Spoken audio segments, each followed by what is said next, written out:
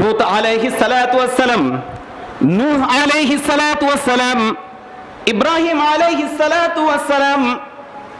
আল্লাহ তাআলা বলছেন, ইয়া আইয়ুহাল্লাযীনা আমানু কু আনফুসাকুম, প্রথমে তুমি নিজেকে তুমি বাঁচাও জাহান্নামের আগুন থেকে। আহালদেরকে প্রথমে বলেন নাই, প্রথমে আল্লাহ তাআলা বলছেন ইয়া আইয়ুহাল্লাযীনা আমানু কু আনফুসাকুম, প্রথম নিজে তুমি নিজেকে বাঁচাও। প্রথম আহালদেরকে বলে নাই সমাজে যারা বসবাস করে, আত্মীয় স্বজন যারা আসে, প্রতিবেশী যারা আছে, তাদেরকে বলা হয় নাই। আল্লাহ তাআলা প্রথম কথাই বলেছেন নিজেকে আগে বাঁচাও। কিসের থেকে বাঁচাও? জাহান্নামের আগুন থেকে নিজেকে বাঁচাও। তারপর আহালের কথা আসছে, পরিবারের কথা আসছে। তো আল্লাহ তাআলা নিজেকে সংশোধন করার জন্য, সর্বপ্রথম নিজেকে বাঁচানোর জন্য, নিজেকে সংশোধন করার জন্য আল্লাহ তাআলা বিভিন্ন জায়গায় বিভিন্ন আয়াতের মধ্যে আমাদেরকে তালকিন করেছেন, আমাদেরকে জানিয়ে দিয়েছেন নিজেকে বাঁচাও, নিজেকে সংশোধন করো।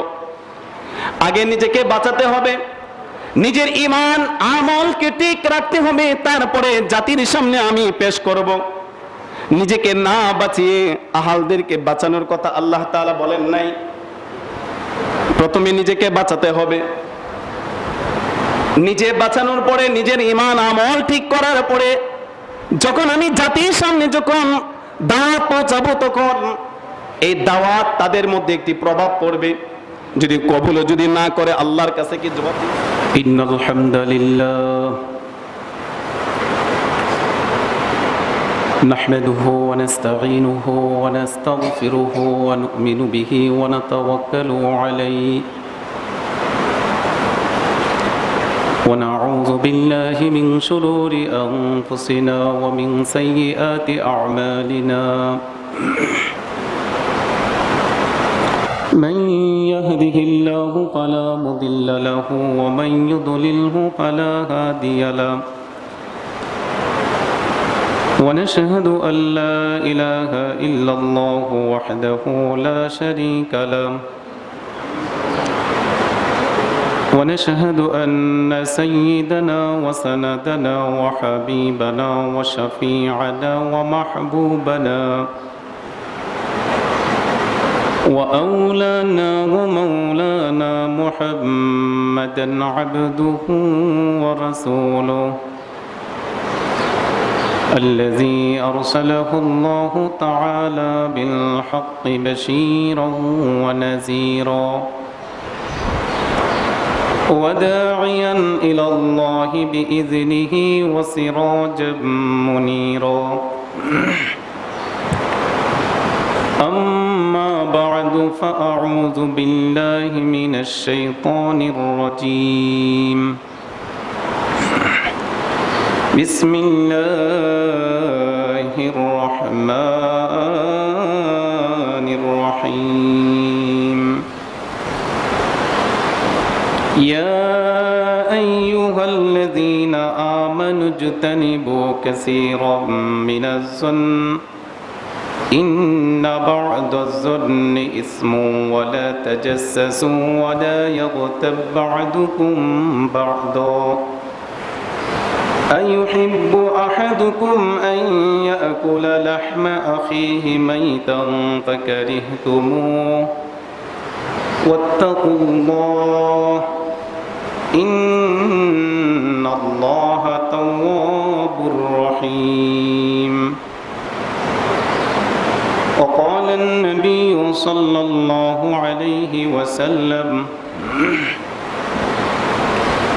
إذا كانت الرجل هلك الناس فهو أهلكم أو كما قال عليه الصلاة والسلام إن الله وملائكته يصلون على النبي يا أيها الذين آمنوا صلوا عليه وسلموا تسليما اللهم صل على محمد وعلى آل محمد كما صليت على إبراهيم وعلى آل إبراهيم إنك حميد مجيد اللهم بارك على محمد وعلى آل محمد كما باركت على إبراهيم وعلى آل إبراهيم إنك حميد مجيد بلغ العلا بكماله كشف الدجى بجماله حسنت جميع خصاله صلوا عليه وآله الحمد لله মুআজ্জাজ মুহতারাম সম্মানিত মুসল্লিয়ানে কেরাম,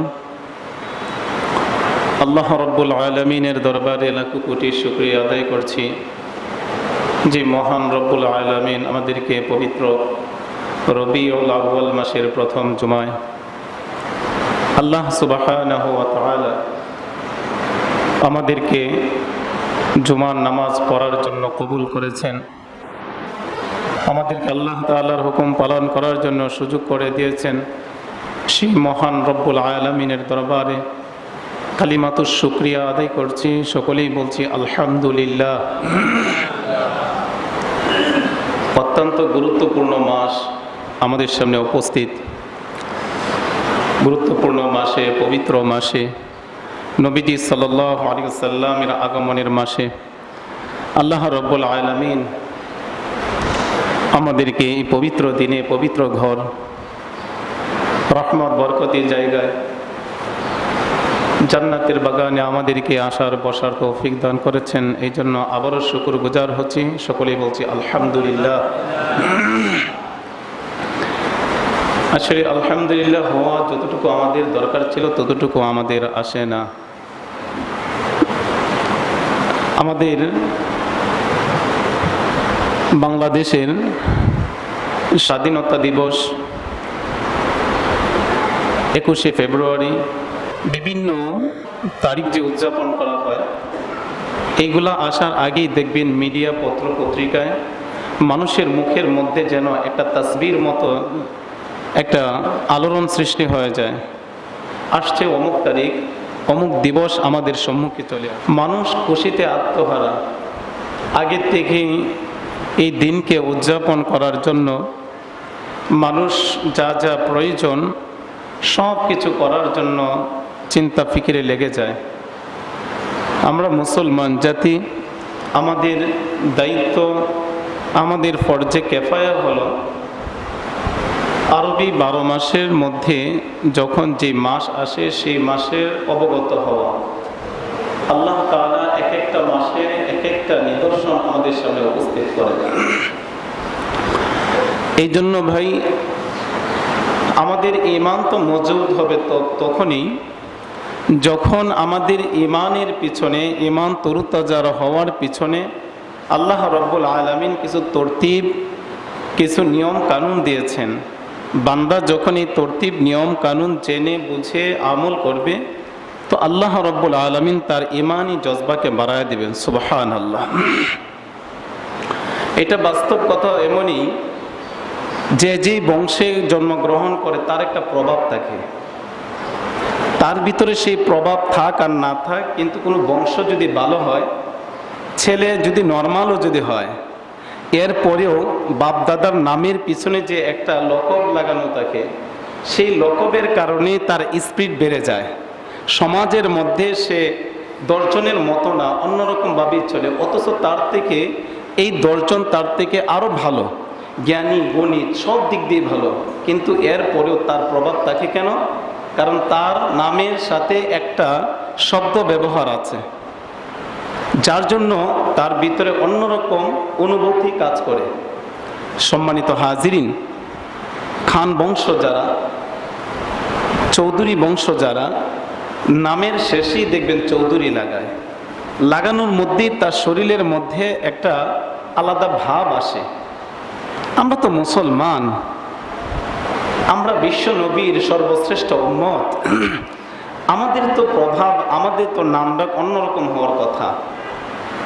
এই জন্য ভাই, আমরা রাসূল করিম সাল্লাল্লাহু আলাইহি ওয়াসাল্লামের শ্রেষ্ঠ উম্মত হয়েছি।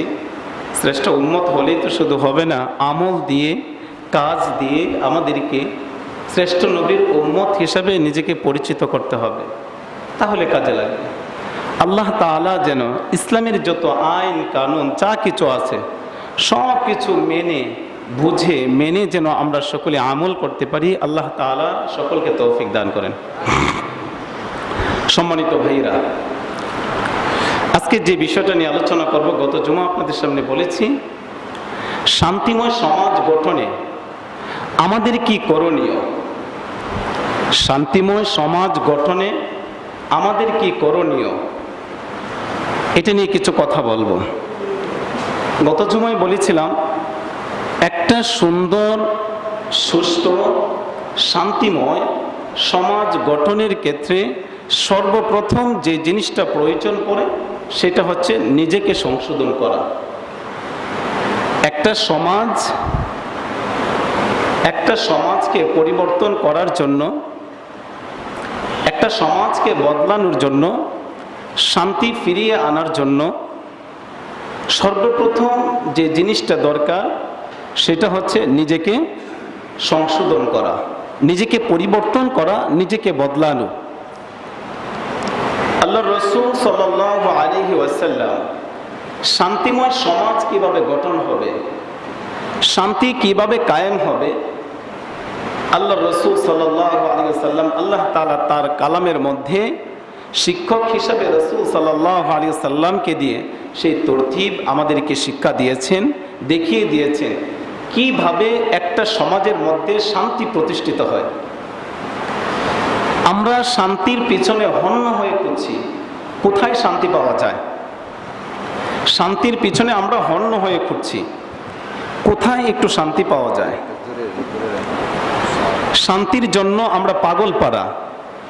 একটা সমাজের মধ্যে সুশৃঙ্খল আনার জন্য বিভিন্ন বাহিনী, বিভিন্ন মিডিয়া, বিভিন্ন দিক দিয়ে সবাই চেষ্টা ফিকির করছে যেন একটা সমাজকে সুন্দর করা যায়, ডেভেলপ করা যায়, পরিবর্তন করা যায়।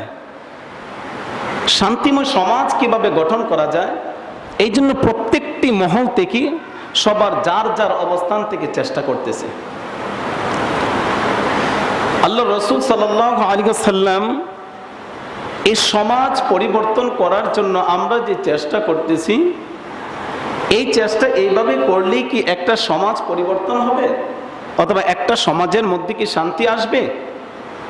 না, রাসূল সাল্লাল্লাহু আলাইহি ওয়াসাল্লাম, আল্লাহ তাআলার কুরআন আর আল্লাহর নবী সাল্লাল্লাহু আলাইহি ওয়াসাল্লাম তিনি যেভাবে শিক্ষা দিয়েছেন সেইভাবে করতে হবে। আমাদের মতো করলে হবে না, কোরআন সুন্নাহ মোতাবেক করতে হবে। কোরআন সুন্নাহ এই সমাজের মধ্যে শান্তি আসা আদৌ কি কোনোদিন সম্ভব হবে? কোনোদিনও সম্ভব নয়। কোরআন সুন্নাহর বাহিরে যদি শান্তি আশা করা যায় না।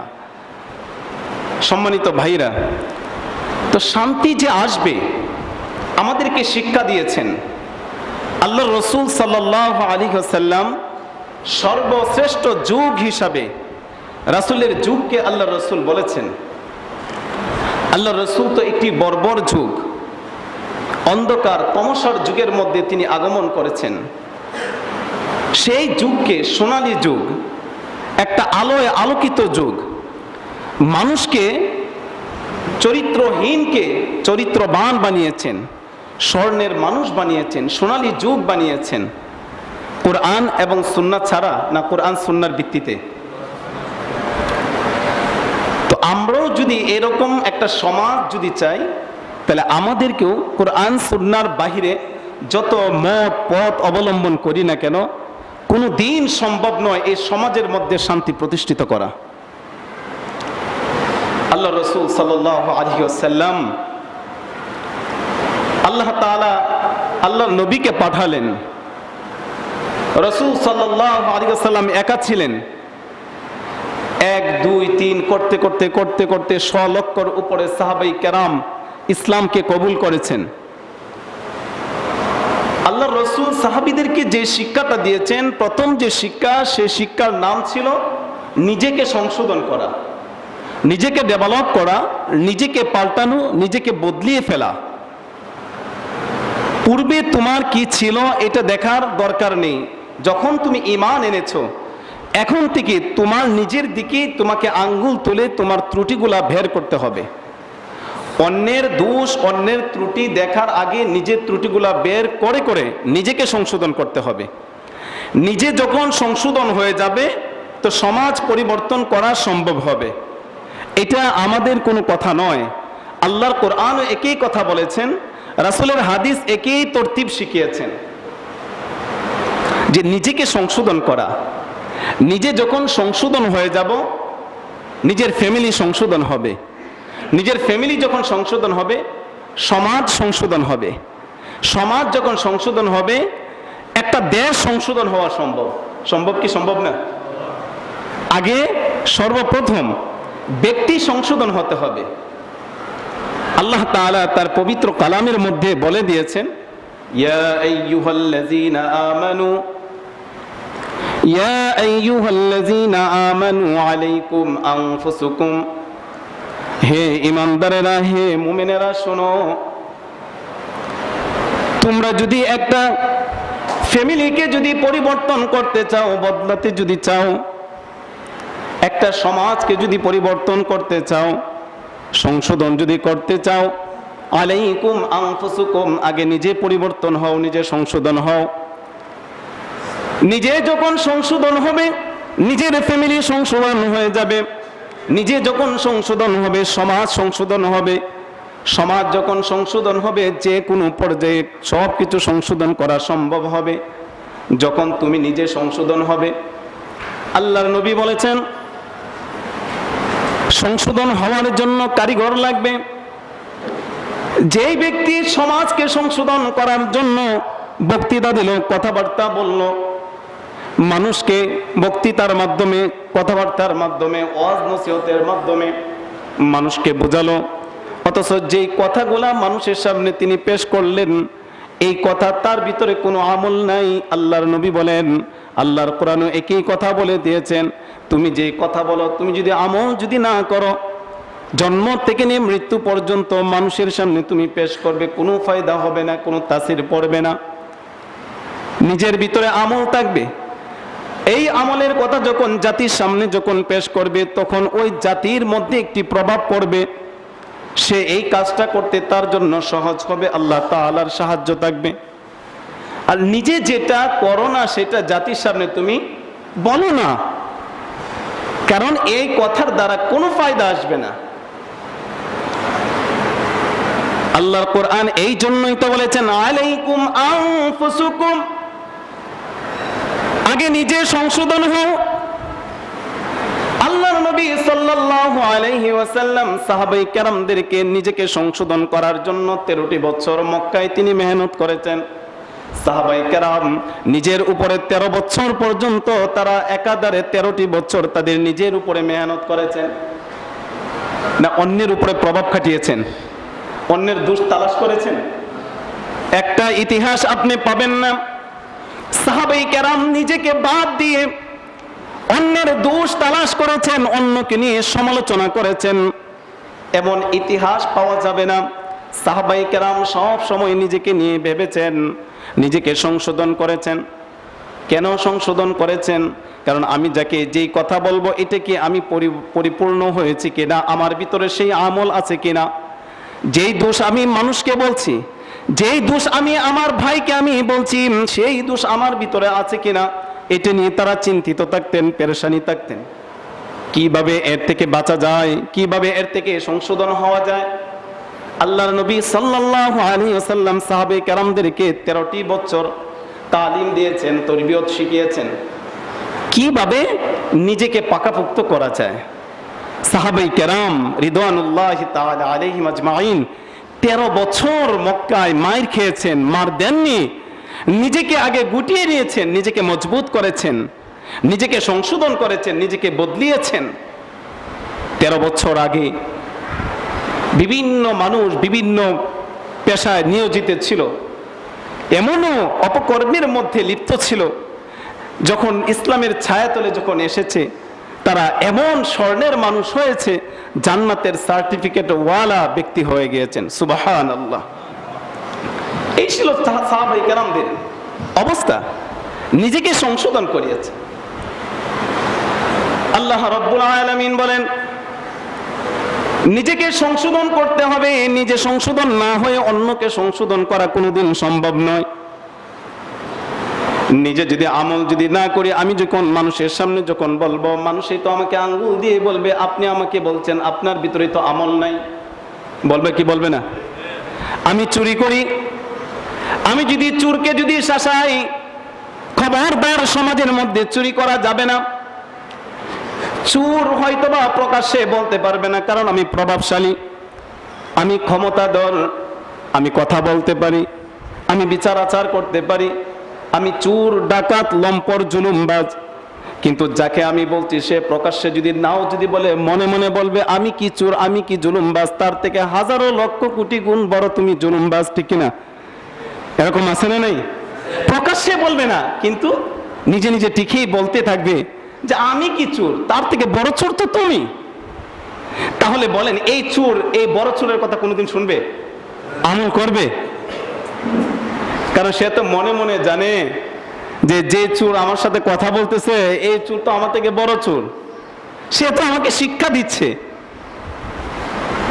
এই জন্য ভাই, পরের দোষ তালাশ করার আগে নিজের দোষ তালাশ করতে হবে।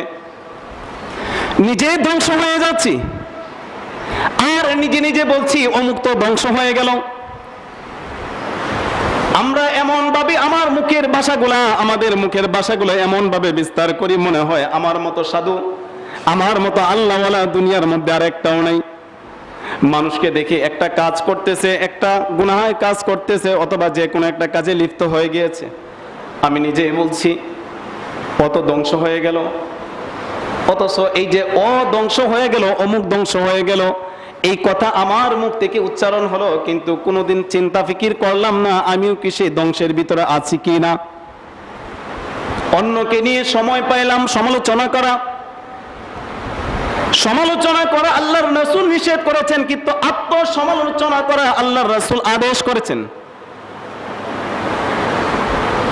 অন্যের সমালোচনা করা নিষেধ, আর আত্মসমালোচনা নিজের জন্য, এটা আল্লাহর রাসূল সাল্লাল্লাহু আলাইহি সাল্লাম সাহাবাদেরকে শিক্ষা দিয়েছেন।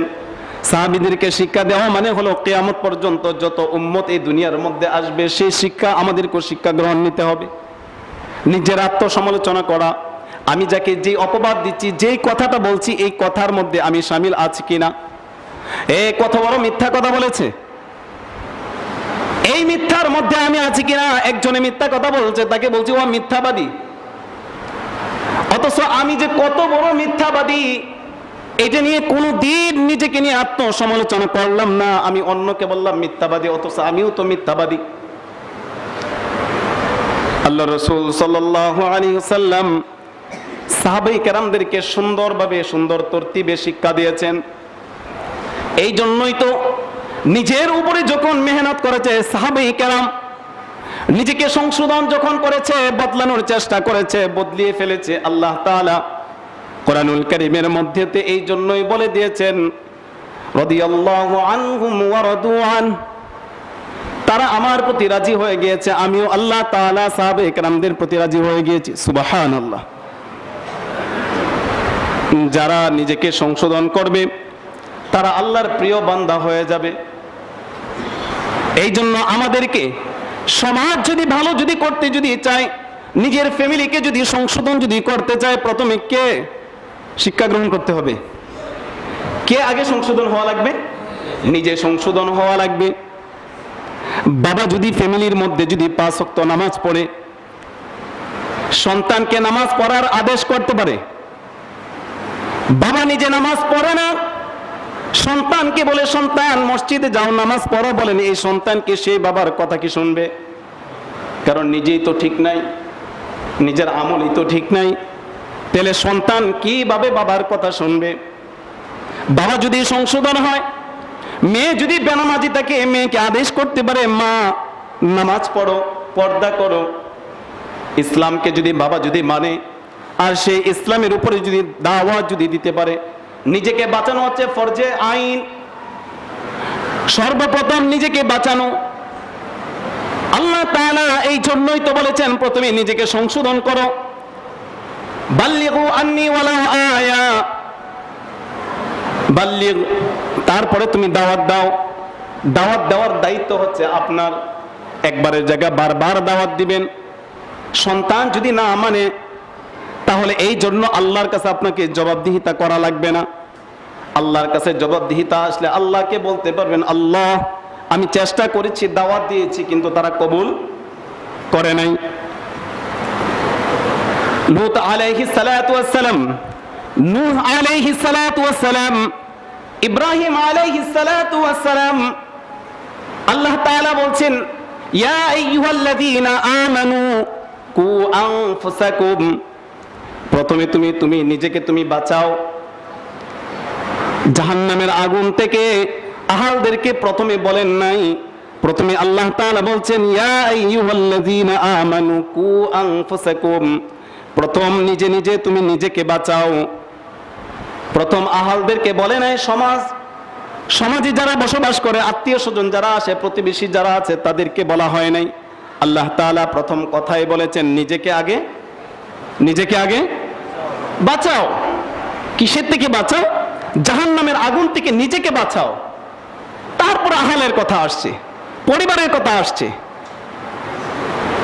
তো আল্লাহ তাআলা নিজেকে সংশোধন করার জন্য, সর্বপ্রথম নিজেকে বাঁচানোর জন্য, নিজেকে সংশোধন করার জন্য আল্লাহ তাআলা বিভিন্ন জায়গায় বিভিন্ন আয়াতের মধ্যে আমাদেরকে তালকিন করেছেন, আমাদেরকে জানিয়ে দিয়েছেন নিজেকে বাঁচাও, নিজেকে সংশোধন করো।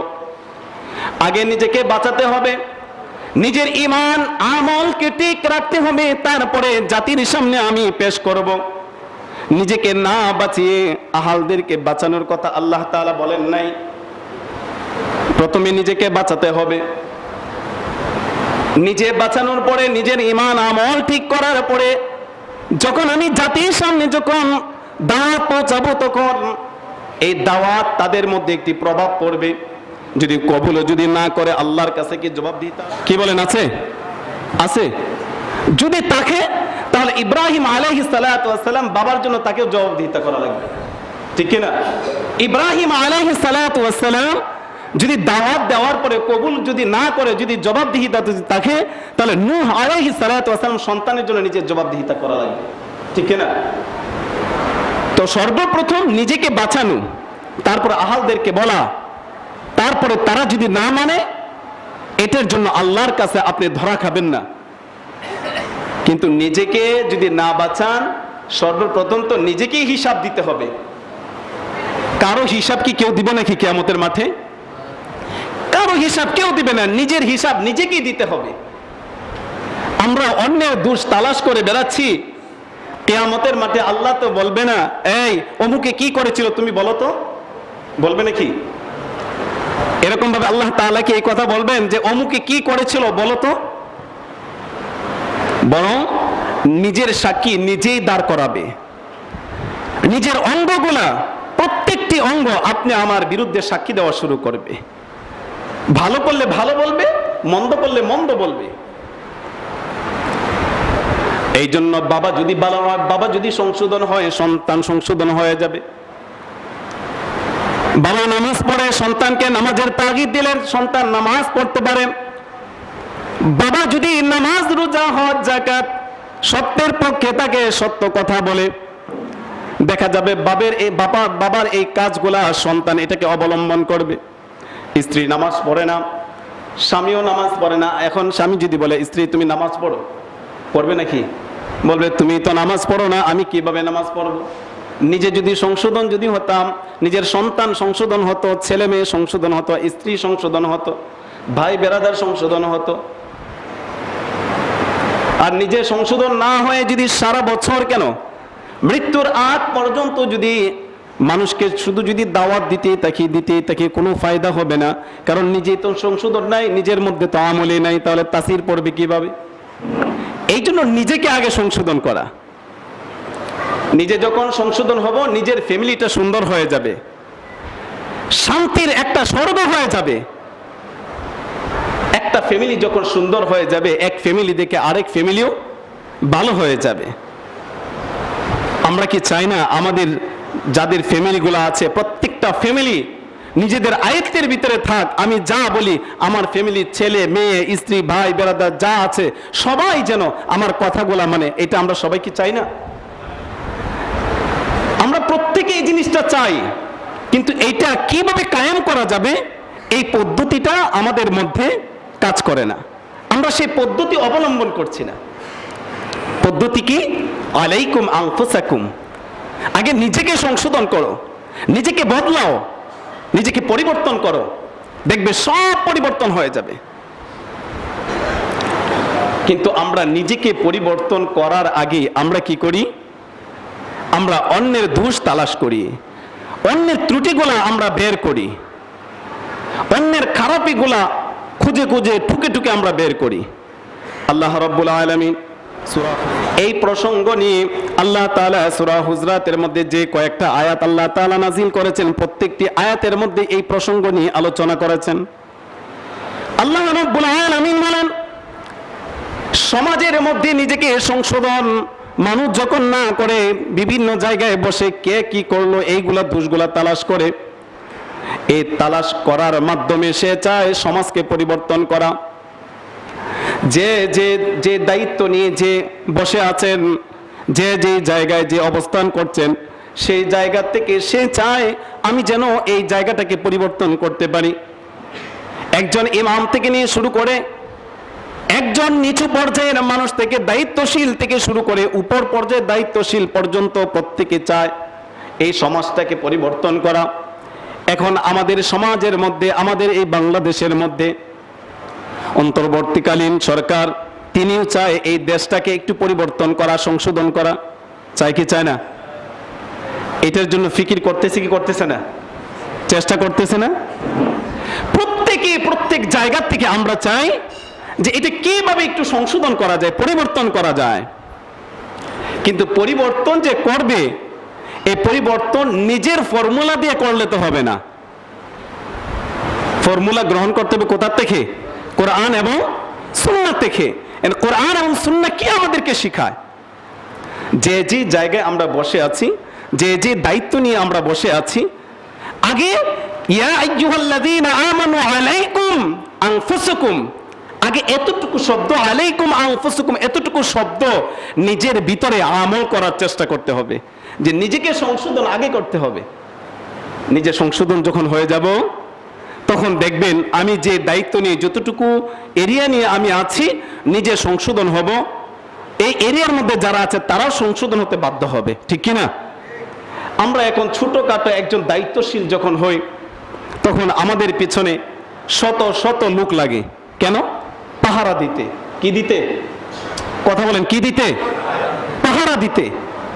মুসলিম উম্মাহ, মুসলিম শাসক, মুসলিম দেশ, মুসলিম প্রতিনিধি, এই মুসলিম শাসক যারা, দায়িত্বশীল যারা থাকবেন, আল্লাহ রাসূল সাল্লাল্লাহু আলাইহি ওয়াসাল্লাম সাহাবায়ে কেরামদেরকে যে শিক্ষা দিয়েছেন, তারা যেভাবে রাষ্ট্র চালিয়েছেন, এরকম ইতিহাস তো দেখা যায় না 10 জন 20 জন 25 জন প্রহরী রাখা লাগছে, যে হযরত আল্লাহ রসুলকে পাহারা দেওয়ার জন্য, আবু বকরকে পাহারা দেওয়ার জন্য, উমরকে পাহারা দেওয়ার জন্য, উসমানকে পাহারা দেওয়ার জন্য, হযরত আলীকে পাহারা দেওয়ার জন্য। লেগেছে কি? লেগেছে? রাত্রেবেলা বের হয়েছেন সাথী সঙ্গী নিয়ে না, একা একা বের হয়েছেন? একা একা বের হয়েছেন। কোনো বাহিনী ছিল? কথা বলেন, কোনো বাহিনী ছিল? কোনো অস্ত্র নাই, কোনো বাহিনী নাই, একা একা চলে গিয়েছেন। গভীর রাত চলে গিয়েছেন। প্রজাদের কি কষ্ট, কি আর্তনাদ দিনের বেলা শুনতে পারবেন না, রাত্রে বেলা তো শুনতে পারবেন। যারা বেশি কষ্টে থাকে তারা রাত্রে বেলায় কান্নাকাটি বেশি করে। তো তাদের অবস্থা তো এমন ছিল, একা একা বের হয়ে যেতেন, নির্জন, কিচ্ছু নাই, নিরিবিলি অন্ধকার, গভীর রাত্রে বের হয়ে গিয়েছেন। কোনো বাহিনী ছিল না। তাদের ভিতরে কি ভয় ছিল? ভয় ছিল?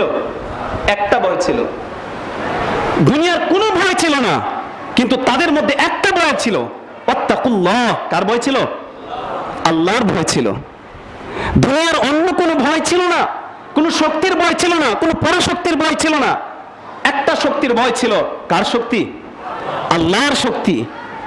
আমার যদি আল্লাহর বিধানের থেকে যদি একটু এরফের যদি হয়ে যায়, কিয়ামতের মাঠে তো আমাকে আল্লাহর কাছে জবাবদিহি করা লাগবে। তাদের মধ্যে কোনো চুরি চামারি ছিল না, চিন্তায় রাহাজানি ছিল না, টাকা জনগণের কাছ থেকে নিয়ে নিজেকে ডেভেলপ করার জন্য চিন্তা ফিকির তাদের মধ্যে ছিল না। তাদের মধ্যে একটাই চিন্তা ছিল, যে দায়িত্ব আমি পেয়েছি আল্লাহর পক্ষ থেকে, যে দায়িত্ব আমাকে দেওয়া হয়েছে, এই দায়িত্ব যদি আমি পরিপূর্ণ যদি আদায় যদি না করি, আল্লাহর দরবারে আমাকে একদিন জবাবদিহি তার কাঠগড়ায় দাঁড়াতে হবে। এখনো যদি এই সমাজের মধ্যে যদি এমন ব্যক্তি যদি শাসন ক্ষমতায় যদি আসে, একটা ছোট্ট এলাকার মধ্যে মেম্বার থেকে নিয়ে শুরু করে যে লেভেলে যে পর্যায়ে যাক না কেন, যার ভিতরে চুরি থাকবে না, ডাকাতি থাকবে না, জুলুম থাকবে না, চিন্তায় থাকবে না, রাহাজানি থাকবে না, দর্শন থাকবে না, এই সমস্ত অভ্যাস, এই সমস্ত কুস্বভাব যার ভিতরে থাকবে না, ওই সমস্ত মানুষের জন্য কোনো বাহিনীরও প্রয়োজন পড়বে না।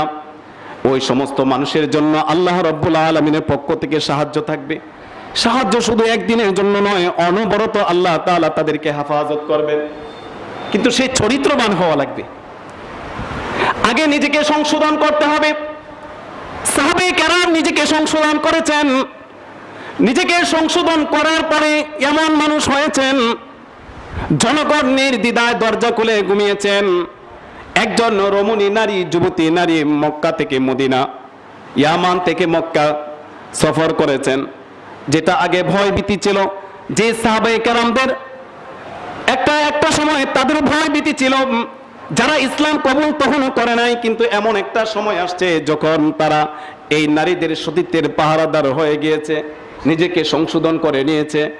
যে বান্দা নিজেকে সংশোধন করবে, সেই বান্দার দ্বারা ইসলামকে প্রতিষ্ঠিত করা সম্ভব। যত স্লোগান, যত বক্তৃতা, যত মঞ্চই যত ফাটানো হোক না কেন, নিজে যদি সংশোধন যদি না হয়, আমার দ্বারা ভালো কাজ করা কোনোদিনও সম্ভব নয়। এটাই আল্লাহ রাব্বুল আলামিন বলছেন, তোমরা যারা বিভিন্ন জায়গায় বসে বসে মানুষের দোষ তালাশ করো, অথচ এটা যে কত খারাপ, কত নোংরা কাজ, এটা যদি তোমরা যদি জানতে, তাহলে তোমরা কবেই না পরিবর্তন হয়ে যেতে। আল্লাহ তাআলা হযরাতের মধ্যে বলেন, ইয়া আইয়ুহাল্লাযীনা আমানু, ইয়া আইয়ুহাল্লাযীনা আমানু জুতানিবু কাসীরাম মিনাজ-যন। হে মুমিনগণ, অনেক রকম অনুমান করে তোমরা যারা মানুষকে বিভিন্ন ধরনের কথা বলো, প্রকৃতপক্ষে আমরা কোনো প্রমাণ পাই নাই, অনুমান করে অমুকের চরিত্রটা ভালো না, আমার কাছে প্রমাণ নাই, অমুকের ব্যবহার ভালো না, অমুকের ফ্যামিলি ভালো না, আমার কাছে প্রমাণ নাই, কিন্তু অনুমান করে আমি কথা বলেছি। এই আয়াতের মধ্যে আল্লাহ তাআলা তিনটি কথা বলেছেন। প্রথম কথা যেটা বলেছেন, তোমরা অনুমান থেকে বেঁচে থাকো। অনুমান করে আমরা একজন আরেকজনকে দোষারোপ করে ফেলি। বিশেষ করে দোকানে যখন বসা হয়, তখন কিন্তু ভালো কথা মুখ দিয়ে আসে না, সমালোচনাই বেশি আসে। কে কেমনে হাঁটলো, কোন হুজুরে কি করলো, কে কার বাড়ি, কি ফ্যামিলি, কার কি সমস্যা আছে, এইগুলা নিয়ে সমালোচনা শুরু হয়ে যায়। আল্লাহ তাআলা বলছেন, ইয়া আইয়ুহাল্লাযীনা আমানু জুতানিবু কাসীরাম মিনাজ-যন। তোমরা অনুমান করে কথা বলার থেকে নিজেকে বাঁচাও। এটা যে কত বড় গুনাহ, এটা তোমরা কল্পনাও করতে পারবে না। ইন্না বা'দায-যন্নি ইসমু ওয়া লা তাজাসসু ওয়া লা ইয়াগতাব বা'দুকুম বা'দা। তোমরা কারো গোপন ত্রুটি নিয়ে তোমরা কথা বলবে না। একটা মানুষ অপরাধ করেছে, কোন রকম ভাবে আপনি জেনেছেন, এই গোপন ত্রুটি কথাগুলা মানুষের সামনে তোমরা বলো না। আল্লাহ রাব্বুল আলামিন আল্লাহর নবীকে দিয়ে জানিয়ে দিয়েছেন, যে ব্যক্তি আমার বান্দার দোষগুলা, গোপন দোষগুলা যারা গোপন করে রাখবে, কিয়ামতের মাঠে আমি আল্লাহ তাআলা ওই বান্দার দোষগুলা আমি গোপন করে রাখবো। সুবহানাল্লাহ। কিন্তু আমরা তো মানুষের সমালোচনা করাটাই সবচেয়ে বেশি পছন্দময় মনে করি, নিজেকে গর্ব মনে করি, নিজেকে ভালো মনে করি, অন্যকে তুচ্ছ মনে করি। এটাই তো আমাদের অভ্যাস, ঠিক কিনা? অথচ চাই যে আমার মতো ভালো মানুষ আর কে আছে।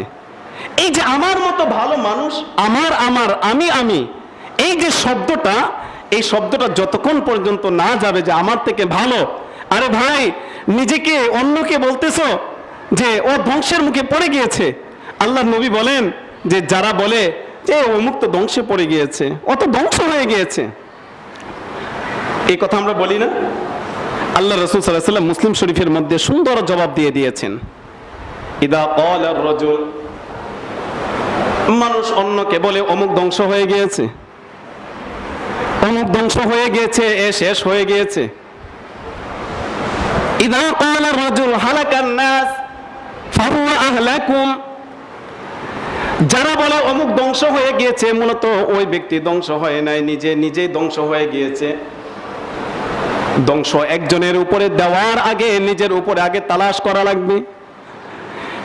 এই দুনিয়ার মধ্যে এমন কোনো মানুষ নাই, বর্তমান সময়ের মধ্যে এই দুনিয়ার মধ্যে এমন কোনো মানুষ নাই যে ভুলের ঊর্ধ্বে আছে, ভুল করে না, গুনাহ করে না, এমন কোন দুনিয়ার মধ্যে কোনো ব্যক্তি আছে?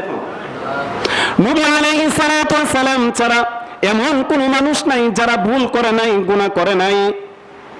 তাহলে অন্যায় ধ্বংস হয়ে গিয়েছে এই কথা বলার আগে নিজেকে তো আগে বলার দরকার ছিল আমি নিজেই তো ধ্বংস, আমি একটি গুনাহ করতেছি, এক গুনার মাধ্যমে তো আমি নিজে ধ্বংস।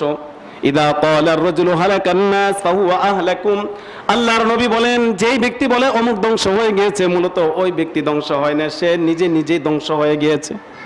এই জন্য পরকে বলার আগেই নিজের উপরে আগে আনতে হবে, নিজেকে সংশোধন করতে হবে। একজনের দোষ বলার আগেই, একজনের ক্ষতি করার আগেই, একজনের সমালোচনা করার আগেই নিজেকে নিজে নিয়ে সমালোচনা করতে হবে। আমি অন্যকে নিয়ে কথা বলতেছি, এই দোষটা তো তার মধ্যে নাও থাকতে পারে। আল্লাহ রাব্বুল আলামিন এর আগের আয়াতের মধ্যে বলেছেন, ইয়া আইয়ুহাল্লাযীনা আমানু লা ইয়াসখার কওমুম মিন কওমিন আসা আন ইয়াকুনা খায়রাম عسى أن يكون خيرا منهم ولا نساء من نساء عسى أن يكون خيرا منهم ولا تلمزوا أنفسكم ولا تنابزوا بالألقاب بئس الاسم الفسوق بعد الإيمان ومن لم يتب فأولئك هم الظالمون আল্লাহ রাব্বুল আলামিন বলেন, ও দুনিয়ার পুরুষগণ, অপর পুরুষকে উপহাস করার আগে যাদেরকে উপহাস করা হচ্ছে তাদের চেয়ে উত্তম হতে পারে না। আমি যাকে উপহাস করছি, আমি যাকে ঠাট্টা বিদ্রুপ করছি, এই ঠাট্টা বিদ্রুপ উপহাস করার পাত্র তো সেও নাও হতে পারে। সুতরাং খবরদার অন্যকে উপহাস করো না। এরপরে বলেছেন, মিন নিসাউম মিন নিসাই আসা আন ইয়াকুননা খায়রাম মিনহুম, প্রথম পুরুষদেরকে বলেছেন, তারপরে নারীদেরকে বলেছেন, ও নারীরা তোমরা অন্যকে নিয়ে উপহাস করো না, অন্যকে নিয়ে সমালোচনা করো না, অন্যের দোষ তুমি তালাশ করো না, অন্যের বিষয়ে যে কথাটা তুমি বলবে সে তো এটা প্রাপ্য নাও হতে পারে, খবরদার এর থেকে তুমি বেঁচে থাকো। এরপরে বলেছেন, ওয়ালা তালমিজু আনফুসাকুম ওয়ালা তানাবাজু বিল আলকাব, আমরা অনেক রকম অনেক সময় অনেকেই দোষারোপ করি, অনেকে নাম ভেঙ্গিয়ে অনেক সময় ডাকা হয়। আল্লাহ তাআলা বলেন এটাতে কত এই গুনাহের কারণে তোমার ঈমান নষ্ট হবে, তুমি জাহান্নামমুখী হয়ে যাবে। খবরদার খবরদার অন্যের দোষ, অন্যকে দোষারোপ করার আগে নিজের উপরে নিজেকে নিয়ে আত্মসমালোচনা করবে, তাহলে নিজের জীবন সুন্দর হবে। এটা ছিল আল্লাহ রাসূলের শিক্ষা, এটা ছিল সাহাবায়ে কেরামদের শিক্ষা।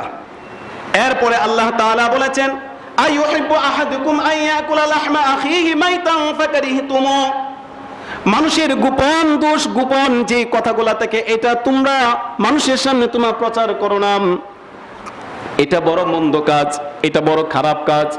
তোমরা যদি এটা গোপন করে রাখো, কাল কিয়ামতের মাঠে আমি তোমাদের দোষগুলা গোপন করে রাখবো। আমরা কি চাই না আমাদের গোপনগুলা এটা ঢাকা থাক? চাই কি চাই না? আমরা এখানে যারা আছে আমাদের জীবনে এমন পাপ আছে যে পাপগুলা যদি আমাদের ফ্যামিলির মধ্যে, আমাদের ফ্যামিলির মানুষ যদি জানে, ফ্যামিলির মধ্যে একদিন তো দূরের কথা, 1 ঘন্টাও আপনি ঘরে থাকতে পারবেন না। আছে না নাই? সাধু মনে করেন না, জীবনের মধ্যে নিজের জীবনের দিকে একটু আঙ্গুল তুলে দেখবেন যে আমার জীবনে সবচেয়ে বড় বড় কোন কোন অপরাধ করেছি। এমন কিছু অপরাধ আমাদের জীবনে হয়ে আছে অনেকেরই, যে অপরাধগুলা ফ্যামিলির মানুষ জানলে দূর দূর করে ঘর থেকে আমাকে বের করে দিবে। আছে না? তো এই দোষগুলা তো আল্লাহ তাআলা কাল কিয়ামতের মাঠে যদি এই এত মানুষ, এত বড় মজমা, এই মজমার মধ্যে যখন আপনার দোষগুলা তালাশ করবে, আপনার কি ভালো লাগবে? এটার থেকে যদি বাঁচতে যদি চান, তাহলে অন্যের দোষ ত্রুটিগুলা আমাদেরকেও খুঁটে খুঁটে তালাশ করে বের করে এটা সমাজের মধ্যে প্রচার করা যাবে না। এবং তোমরা অন্যের গীবতও করবে না। এটা তো আমাদের চরিত্রের মধ্যে একটা অভ্যাসে পরিণত হয়ে গিয়েছে, মানুষের গীবত করা। হ্যাঁ, মানুষে বলে না যার নুন খায় তার গুণ গায় না। এখন এটা বাস্তব কথা। যার পিছনে নামাজ পড়ে তার পিছনে গিয়ে সমালোচনা শুরু হয়ে যায়। আছে না নাই? কথা বলেন, আছে না নাই? হায় রে মুসলমান,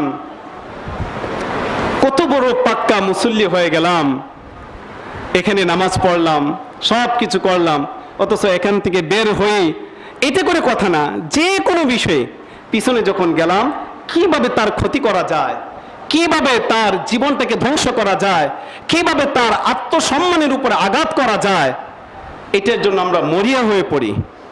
আল্লাহ তাআলা ওই আয়াতের মধ্যে বলছেন, ওয়ামান লাম ইয়াতুব ফাউলাইকা হুমুজ জালিমুন। যারা মানুষের চরিত্রের উপরে কালি মাখানোর জন্য চেষ্টা করে, তাদের পিছনে গিয়ে কথাবার্তা বলে, তাদের জীবনের উপরে আঘাত হানির মতো কাজ করে, যারা মানুষের সমালোচনার মাধ্যমে লেগে পড়ে, যারা মানুষের ত্রুটিগুলা বের করে করে সমাজের মুখে ছুঁড়ে ফেলে, আল্লাহ রাব্বুল আলামিন বলেন ওয়ামান লাম ইয়াতুব ফাউলাইকা হুমুজ জালিমুন। এই সমাজের মধ্যে সবচেয়ে বড় জালেম হচ্ছে সেই ব্যক্তি যারা কি করে, মানুষকে উপহাস করে, মানুষের পিছনে পিছনে কথা বলে, মানুষের বিরুদ্ধে গীবত করে, মুনাফিকি কাজ করে। ওয়ামান লাম ইয়াতুব ফাউলাইকা হুমুজ জালিমুন। ওরা হচ্ছে সবচেয়ে বড় জালেম। আমরা কি জালেম হতে চাই? কথা বলেন, জালেম হতে চাই? অন্যকে তো ঠিকই আমরা বলে ফেলি যে অমুক বড় জালেম, মজলুমের পক্ষে আছি, জালেমের পক্ষে নাই, ঠিক কিনা? এটাই তো আমাদের স্লোগান, মজলুমের পক্ষে আছি, জালেমের পক্ষে নাই। এখন চিন্তা করেন যে আল্লাহ তাআলা এই আয়াতটির মধ্যে মানুষের দুষ্ত্রুটি, মানুষকে উপহাস করা, মানুষের পিছনে গীবত করা, মানুষকে ক্ষতি করা, তার আত্মসম্মানের উপর আঘাত করা, এই সমস্ত জিনিস নিয়ে যারা কাজ করবে, কথা বলবে, তারা হচ্ছে বড় জালেম। কে বলেছেন? আল্লাহ তাআলা বলেছেন। এরপরে আল্লাহ রাব্বুল আলামিন বলছেন, আইয়ুহিব্বু আহাদুকুম আন ইয়াকুলা লাহমা আখিহি মাইতান ফাকারিহতুমু। তোমাদের মধ্যে কি এমন কেউ আছো যে তোমাদের আপন মৃত ভাইয়ের গোশত নিজে খেতে পারো? এটা কি কেউ পছন্দ করো? কথা বলেন, পছন্দ করি? কেউ কি আছে আমাদের মৃত ভাইয়ের গোশত খেতে পারি? পারবো? পারবো না। যারা এই সমস্ত কাজ করবে, যারা মানুষকে অনুমান করে, যারা কথা বলবে, যারা মানুষের পিছনে তাদের সমালোচনার মধ্যে লেগে যাবে, মানুষকে ক্ষতি করার চেষ্টা করবে, আল্লাহ তাআলা 12 নম্বর আয়াতের মধ্যে 3টি কথা বলেছেন।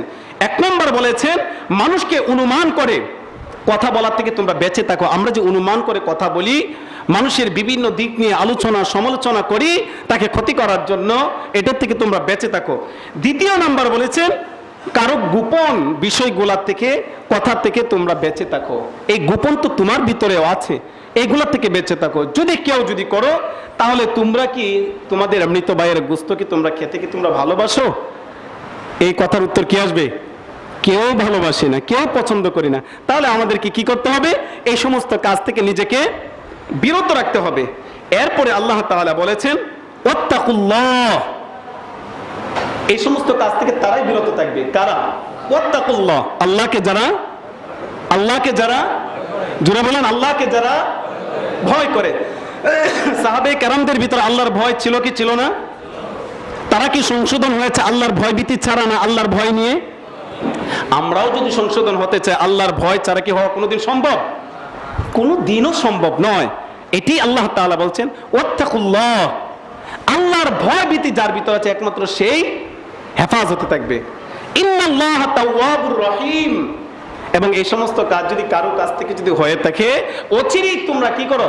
তওবা করো। আল্লাহ তাআলা তওবাকে কি করবেন? কবুল করবেন। যার ক্ষতি করেছো তাকে তার কাছে গিয়ে ক্ষমা চাও। কারণ হকুল্লাহ আর হকুল ইবাদ দুটা বিষয়, একটা হচ্ছে আল্লাহর হক আর একটা হচ্ছে বান্দার হক।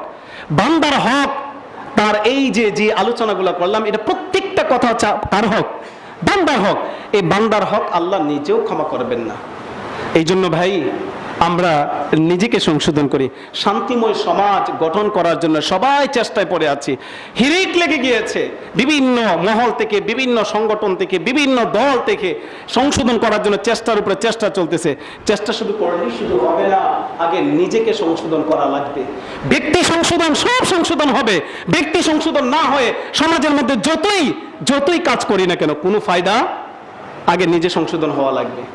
হ্যাঁ, নিজে সংশোধন হলে দেখবেন সব সংশোধন হবে। শান্তিময় সমাজ গঠন করা আমাদের জন্য সহজ হবে। এই জন্যই তো আল্লাহ তাআলা বলছেন ওয়াযাক্কির ফাইন্না যিকরা তানফাউল মুমিনিন। আল্লাহ রাসূলকে বলছেন, ও রাসূল, আমি যে বারবার কিছু কিছু কথা বারবার আপনাদের সামনে বলি, কেন বলি জানেন? কারণ সামনে যারা আসবে ওরা কথাগুলো ভুলে যাবে। এই জন্য বারবার তাদের সামনে রিপিট করেন, তাকরার করেন, ওয়াযাক্কির ফাইন্না যিকরা তানফাউল মুমিনিন। যত বেশি বলা হবে তত সংশোধন হওয়ার চেষ্টা করবে তারা।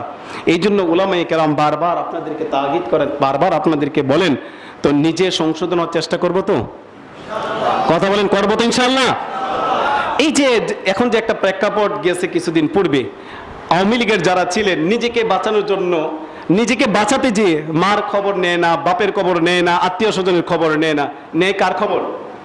কথা বলেন, কার খবর নিচ্ছে? নিজের বাঁচানোকে নিয়ে ব্যস্ত হয়ে আছে। আল্লাহ তাআলা বলছেন কিয়ামতের মাঠে একজনের জন্য আরেকজনের কাছে জিজ্ঞাসা করা হবে না, নিজে বাঁচার চেষ্টা করো। ইয়া আইয়ুহাল্লাযীনা আমানু কু আনফুসাকুম, নিজেকে আগে বাঁচাও, নিজেকে আগে বাঁচাও, নিজেকে আগে জাহান্নাম থেকে তুমি বাঁচাও। ইয়া আইয়ুহাল্লাযীনা আমানু আলাইকুম আনফুসাকুম, নিজেকে সংশোধন করো।